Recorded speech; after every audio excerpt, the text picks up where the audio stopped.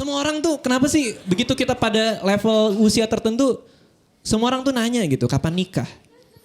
Nyokap gue terutama. Nyokap gue di setiap kesempatan tuh selalu ngomong. Kalau dulu tuh enak kontekstual.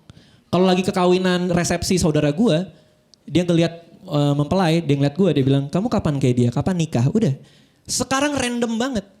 Gue lagi sakit gitu, Ma minta obat dong. Iya ini obatnya makanya kamu kapan nikah. Di setiap kesempatan gitu. Kemarin nih premier film single, gue datang sama pacar gue. Nyokap gue datang sama bokap, apa kabar kamu? Kalian kapan nikah gitu? Ya Allah di depan orangnya langsung. Dan semua orang juga ikut-ikutan. Gue naik Gojek. Depan gue nih mas-mas Gojek ini bilang, Mas kapan nikah mas? Dia ikutan juga. Lo tuh dibuka topengnya nyokap gue. Lumayan deh 10 juta sebulan dia bilang. Pressure-nya tuh gede banget. Wartawan nanya, Mas Radit kapan Mas Radit nikah? Gue saking keselnya, gue selalu jawab Juni. Gue pikir mereka jadi ya udahlah, jadi menjauh gitu kan, malah diberitain. Radit Dika menikah Juni.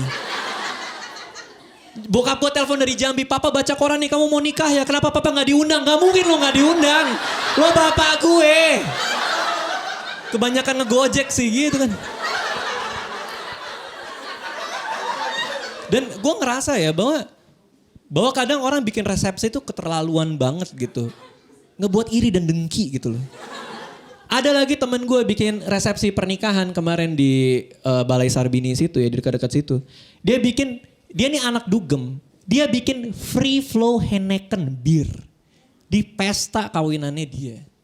Gue ngeliat gila. Bener-bener bir dibuka gitu. Yang datang kan gak cuman anak-anak muda. Ada kakek-kakek, ada nenek-nenek gitu. Kalau mereka mabuk gimana gitu kan.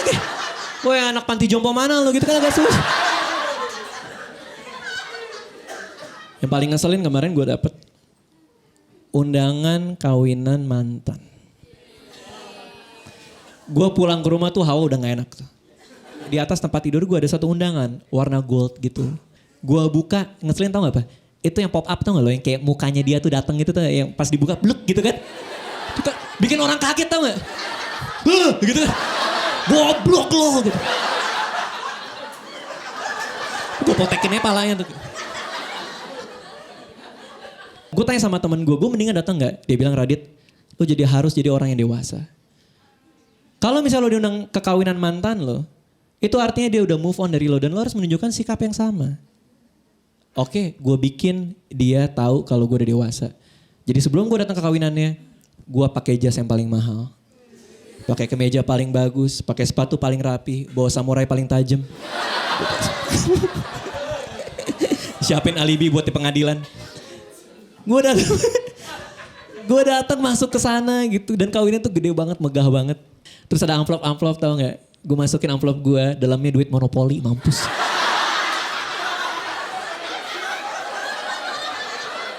Buat bantuin dia beli hotel di Beijing. Yang merah-merah itu kan. Mampus. Gue datang gitu terus ada prewed, foto-foto prewed tuh. Ya kan ada yang nunjuk-nunjuk langit gitu kan. Ada yang naik sepeda. Ada yang naik motor Harley.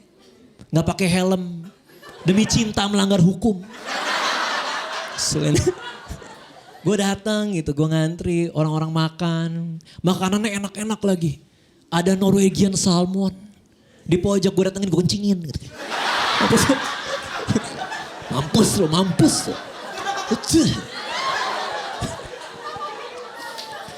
Datang ke WC-nya, gue jongkok di WC-nya gitu biar ada bekas kaki. Gitu. Balas dendam itu kampungan banget deh. Gue datang, gue ngantri. Gue salaman sama si kampret. Dan tau gak dia bilang apa? Radit, lo kan bisa main gitar gitu. Mau gak lo mainin lagu buat kami berdua? Tahu gak lagunya apa? Someone Like You. Gue disuruh main gitar sama si kampret. Gitu. Tapi demi kedewasaan gue mainin tuh lagu. Dan tahu gak? Ini buat teman-teman yang lagi mikir yang mau datang ke kawinan mantan atau enggak.